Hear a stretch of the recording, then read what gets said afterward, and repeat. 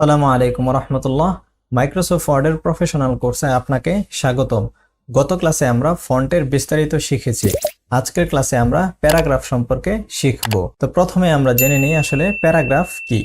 এখানে যতটুকু লেখা রয়েছে সম্পূর্ণটাকে একটি প্যারাগ্রাফ বলা হবে। একাধিক লাইন মিলে যখন একসাথে হয় তখন সেটাকে প্যারাগ্রাফ বলে। আমরা যদি এটাকে এন্টারে ক্লিক করে আলাদা করে দিই তাহলে এখানে একটি প্যারাগ্রাফ রয়েছে, এখন এখানে আরেকটি প্যারাগ্রাফ রয়েছে, কারণ আমরা মাঝখানে ফাঁকা দিয়েছি। আমি যদি আরো কিছু লেখাকে আলাদা করে দেই তাহলে এখানে একটি প্যারাগ্রাফ, এখানে একটি প্যারাগ্রাফ রয়েছে, আর এখানে আরেকটি প্যারাগ্রাফ রয়েছে। টোটাল 3টা প্যারাগ্রাফ আছে এখানে। আশা করি আমরা প্যারাগ্রাফ চিনতে পেরেছি। আবার প্রথম আমরা এই যে বুলেট লাইব্রেরি দেখব। এখানে লেখা রয়েছে বুলেট লাইব্রেরি। আর রিসেন্টলি ইউজড বুলেটস মানে হচ্ছে আমরা যেটা ব্যবহার করব সেগুলো আসলে এখানে আসবে। আমি এখনই দেখিয়ে দিচ্ছি, সমস্যা নেই। আমি মাউসের কার্সারটাকে এখানে রাখলাম, রাখার পরে আমি এখানে চলে গিয়ে এই বুলেট লাইব্রেরির আমরা যে কোনো বুলেটকে সিলেক্ট করতে পারি। এখান থেকে দেখা যাচ্ছে না, আমি এই নিচের গুলোকে দেখাচ্ছি। এখানে মাউসের কার্সার রাখলাম, তারপরে এখানে চলে গেলাম। এখন আমি বুলেট লাইব্রেরির যে কোনো বুলেটকে সিলেক্ট করতে পারবো। আপনি মাউসের কার্সারগুলো উপরে নিলেই দেখবেন যে এখানে চেঞ্জ হচ্ছে। তো আমি এটিকে দিয়ে দিলাম। অনেক সময় আমরা দেখি যে বিভিন্ন লেখার শুরুতে এগুলো স্টাইল থাকে, তো আমি এটিকে দিয়ে দিচ্ছি। তো এখানে আমি মাউসের কার্সার রেখে তারপর আমি এখান থেকে বুলেট দিলাম। আমি যদি সম্পূর্ণটাকে সিলেক্ট করতাম, আমি এই বুলেটটাকে ডিলিট করে দিই, ডিলিট করে দিলাম। কিভাবে ডিলিট করলাম? আমি এভাবে মাউসের কার্সারটা এখানে রেখে কিবোর্ডের যে ব্যাক স্পেস আছে সেটাতে ক্লিক করেছি। ক্লিক করার পর এটি ডিলিট হয়ে গেল। আমি যদি পুরাটাকে সিলেক্ট করতাম, এরপর আমি এখানে গিয়ে এটিকে দিতাম, তাহলেও দেখুন একটি আসতেছে, এখানে প্রত্যেক লাইনে আসতেছে না। তো প্রত্যেক লাইনে আনার জন্য কি করতে হবে? মূলত এখানে সম্পূর্ণ একটি লেখা। তো আমি এটাকে এন্টারে ক্লিক করে করে আলাদা করে দিব। আমি আলাদা করে দিলাম। এখন যদি আমি এই সবগুলোকে সিলেক্ট করে তারপরে এখানে গিয়ে এই যে কোনো বুলেট সিলেক্ট করি তাহলে প্রত্যেক লাইনের শুরুতে সেই চিহ্নটি চলে আসবে। তো এখন আমরা এই যে চিহ্নটি ব্যবহার করলাম, রিসেন্টলি ইউজড বুলেটস, মানে হচ্ছে যে আমরা এইমাত্র কি কি ব্যবহার করলাম। আমরা এটিকে ব্যবহার করছি, এটিকেও ব্যবহার করছি। এখন আমি যদি এটিকে ব্যবহার করি, এরপর আমি যদি এখানে যাই তাহলে দেখুন ওই চিহ্নটাও এখানে চলে এসেছে। তার মানে আমরা রিসেন্টলি এখন এটি ব্যবহার করলাম। তারপর নিচে আরো কিছু ফাংশন রয়েছে, এগুলো আমরা পরবর্তীতে শিখব। তো বুলেট লাইব্রেরির কাজ শেষ, আশা করি আপনারা বুঝতে পেরেছেন। এখন আমি চলে যাব নাম্বার লাইব্রেরিতে। নাম্বার লাইব্রেরিতে কি কি রয়েছে আমরা দেখি। নান মানে কিছু না, আমাদের এই যে বুলেট লাইব্রেরি রয়েছে এখানেও একটা নান আছে, মানে এখানে যদি দেই তাহলে কিছুই থাকবে না লাইনের শুরুতে, অর্থাৎ আমি কিছুই দিতে চাচ্ছি না। অনেক সময় বুলেট দেওয়া থাকে, আমরা এটিকে সরাতে চাই। কিভাবে সরাবো? এভাবে সিলেক্ট করব, সিলেক্ট করার পর এখানে চলে গিয়ে নানে ক্লিক করব। এখানে যাচ্ছে না, কারণ হচ্ছে এখানে এই যে এটি সিলেক্ট হয়ে গেছে, এটা শুরুতে তো কোনো বুলেট নাই। তো আমাদের যতদূর বুলেট আছে আমরা এটিকে সিলেক্ট করে নিলাম, এরপর চলে গেলাম। এখন নানে ক্লিক করলাম, ক্লিক করার সাথে সাথে দেখেন শুরু থেকে বুলেটগুলো চলে গেছে। তো এখন আমি চলে যাচ্ছি নাম্বারিং লাইব্রেরিতে, চলে গেলাম। এখানে 1 2 3 আছে, 1 2 3, তারপর রোমান সংখ্যা, বিভিন্ন স্টাইলের নাম্বারিং আছে। আপনারা এখান থেকে বিভিন্ন স্টাইল দিতে পারেন। আর নান মানে আমরা যদি এখানে ক্লিক করি তাহলে নাম্বারিং স্টাইল চলে যাবে। যেমন আমি এখানে ABC দিলাম। অনেক সময় প্রশ্নের ক্ষেত্রে দেখা যায় যে এগুলো দেওয়া থাকে। তো আমি এটিকে সিলেক্ট করলাম, এখানে চলে গিয়ে এখন যদি আমি নানে ক্লিক করি তাহলে দেখেন নাম্বারিং স্টাইলগুলো চলে গেছে। আর এখানে রিসেন্টলি ইউজড নাম্বার ফরম্যাটস মানে আমরা মাত্রই যেগুলো ব্যবহার করছি এগুলো এখানে শো করতেছে। তো আশা করি আমরা বিষয়টি বুঝতে পেরেছি। তারপর রয়েছে লিস্ট লাইব্রেরি। লিস্ট লাইব্রেরি মূলত এই যে আমাদের নাম্বারিং লাইব্রেরি রয়েছে অনেকটা এরকমই কাজ করে, খুব বেশি একটা ডিফারেন্স নাই। তো এই জন্য লিস্ট লাইব্রেরি থেকেও আমরা যদি যে কোনো লিস্ট সিলেক্ট করি তাহলে একই কাজ করবে। তারপরে যে এখানে রয়েছে এটি মূলত আসলে অ্যালাইনমেন্টের জন্য। আপনি দেখেন আমি যখন এটার উপরে মাউসের কার্সার নিলাম তখন এখানে লেখা আসতেছে অ্যালাইন লেফট, মানে আমি যদি বাম দিকে অ্যালাইন করতে চাই। বিষয়টাকে বোঝানোর জন্য আমি নাম্বারিংগুলো ডিলিট করে দিই, তাহলে সহজে বোঝানো যাবে। আমি নাম্বারিং ডিলিট করে দিছি, আমি আগের জায়গায় ফিরে যাচ্ছি, এরকম করে নিলাম। তো এখন আপনি খেয়াল করে দেখুন এই যে লেখাগুলো যে রয়েছে এদিক দিয়ে একদম বরাবর সমান, মানে এদিকে আগে পিছে নাই। কিন্তু আপনি যদি এই পাশে খেয়াল করেন তাহলে দেখেন আগে পিছে আছে লেখা, অর্থাৎ সমান না। তো এই বিষয়টা কেন হয়েছে? কারণ এটার অ্যালাইনমেন্ট আসলে বাম দিকে আছে, অর্থাৎ আমাদের যে হাত আছে বাম হাতের দিকে। আপনি যদি এই চিহ্নের দিকে খেয়াল করেন, এই আইকনের দিকে খেয়াল করেন তাহলে দেখুন বাম পাশে কোনো আগে পিছে নাই, একদম সমান। আর ডান পাশে আগে পিছে আছে। তার মানে আমাদের লেখার এখানে বাম পাশে সমান আর ডান পাশে আগে পিছে আছে। আর মাঝখানে দেখুন কি হচ্ছে, যে ডান পাশেও সমান না বাম পাশেও সমান না, সব লেখা মাঝখানে। তো আমি যদি এখানে ক্লিক করি তাহলে আমাদের লেখাও এরকম হয়ে যাবে। দেখেন ডান পাশেও সমান নাই, বাম পাশেও সমান নাই, আর এখানে এটা হচ্ছে রাইট সাইডে, মানে আমাদের ডান হাতের দিকে সমান হবে, মানে এদিক দিয়ে সোজা হয়ে যাবে। আমি এখানে ক্লিক করছি, এখন খেয়াল করে দেখুন এদিক দিয়ে সোজা হয়ে গেছে আর এদিক দিয়ে একটু আঁকা বাঁকা হয়ে গেছে, সামনে পেছনে আছে। তো এই তিনটা হচ্ছে বেসিক অ্যালাইনমেন্ট, লেফট অ্যালাইনমেন্ট, তারপর মিডিল, সেন্টার, তারপর রাইট অ্যালাইনমেন্ট। এই তিনটা হচ্ছে বেসিক। এখন আপনি যদি আরো অনেক কিছু অ্যালাইনমেন্ট চান, আরো অনেক ফাংশন চান, তাহলে এই যে এখানে ক্লিক করতে পারেন, এখানেও কিছু অ্যালাইনমেন্ট আছে।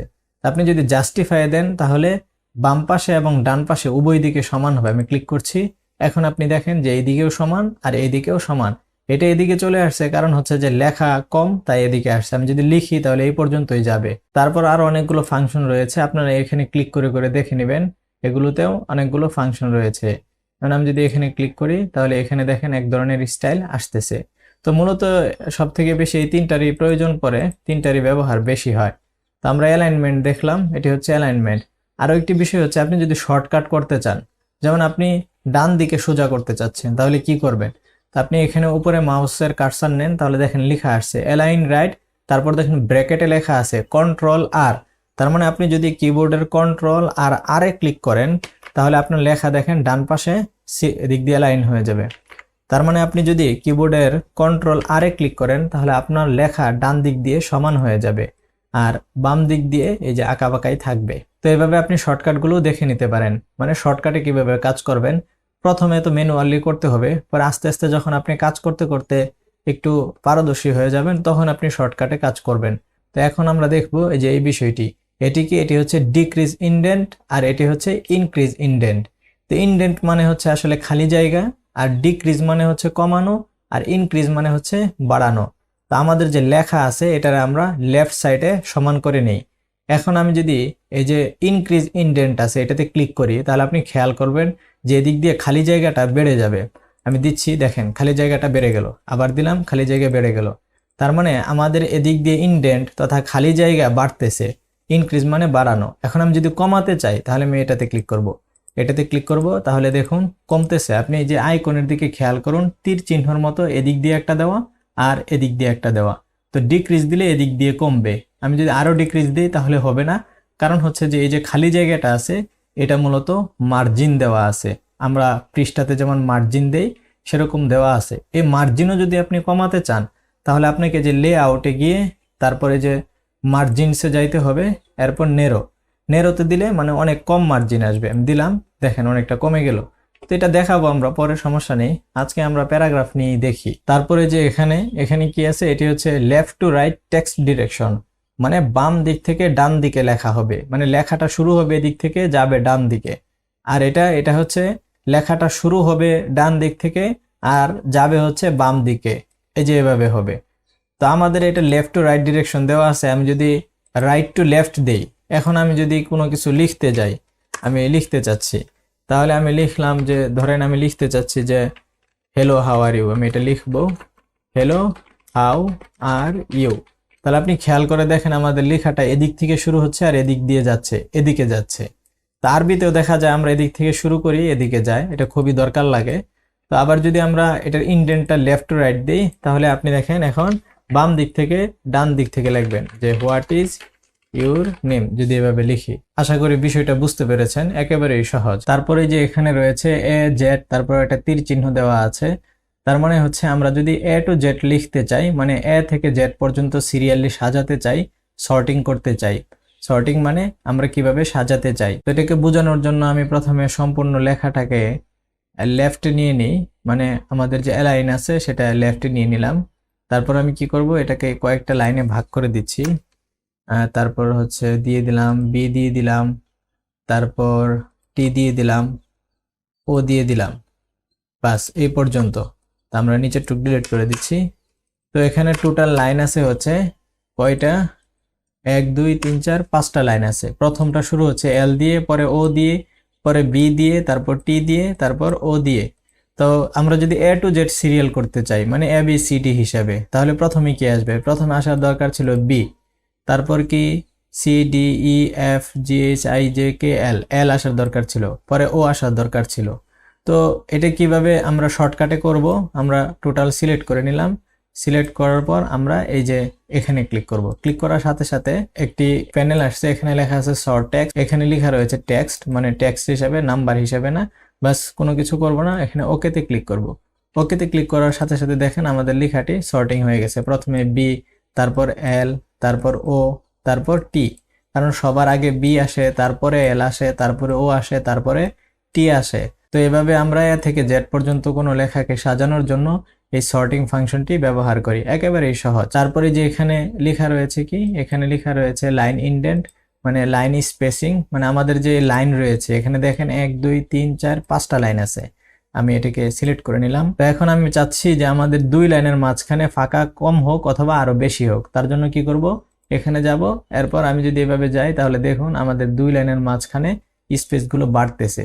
তো এটা কমানো যাবে, বাড়ানো যাবে। কমানোর অপশন কিভাবে, আমরা যদি লেআউটে যাই, তারপরে যে দেখেন লেখা আছে আফটার 8 পিটি, আপনি এখানে ক্লিক করে করে কমাতে পারেন, সমস্যা নেই। তো এইভাবে কমানো যাবে। তারপর আমি হোমে চলে গেলাম, যাওয়ার পরে একটু আমি স্পেস দিয়ে নিলাম। তারপরে যে এখানে একটা অপশন আছে, এটা হচ্ছে হাই কন্ট্রাস্ট অনলি, মানে আমরা যদি লেখার পিছনে আরো একটা কালার দিতে চাই, তো এটা কিভাবে দিব, সিলেক্ট করে আমরা এখান থেকে যে কোনো কালার দিতে পারি। তো এইভাবে আমরা কালার দেওয়ার জন্য আসলে এটি ব্যবহার করি। তো এটি সাধারণত লেখার পিছনে কালার দেওয়ার জন্য আমরা এই যে এখান থেকে ব্যবহার করি, এখান থেকে যে কোনো একটা কালার ব্যবহার করি। এটা খুব কমই ব্যবহার হয়, তো অ্যাডভান্স লেভেলের কিছু জায়গায় ব্যবহার হয়। এরপর রয়েছে বর্ডার, মানে বিভিন্ন বর্ডার দেওয়ার জন্য ব্যবহার হয়। আমরা যদি এই যে লেখাটা রয়েছে, আমরা পুরো লেখাটাকে সিলেক্ট করে নিলাম, তারপর ক্লিক করছি। বটম বর্ডার মানে সবার নিচে একটা দাগ আসবে, টপ বর্ডার মানে উপরে দাগ আসবে, লেফট বর্ডার মানে এই বাম পাশে দাগ আসবে, রাইট বর্ডার মানে ডান দিকে এটা দাগ আসবে, নো বর্ডার মানে কিছু না, অল বর্ডার মানে চারোদিকে দাগ আসবে।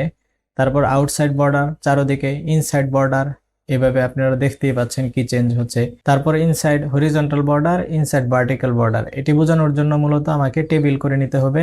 তারপরে যে দুইটা আছে এই দুইটা বোঝানোর জন্য টেবিল আঁকতে হবে। আমি হরিজন্টাল লাইনটি বুঝিয়ে দিচ্ছি, এখানে ক্লিক করলে একটা হরিজন্টাল লাইন আসবে। বাকি বর্ডারগুলো বোঝানোর জন্য আমি একটা টেবিল এঁকে নিচ্ছি, টেবিল এঁকে নিলাম। তারপর টেবিলটাকে সিলেক্ট করে নিলাম। টেবিলের যত ফাংশন আছে ইনশাল্লাহ আমরা শেখাবো, সমস্যা নেই।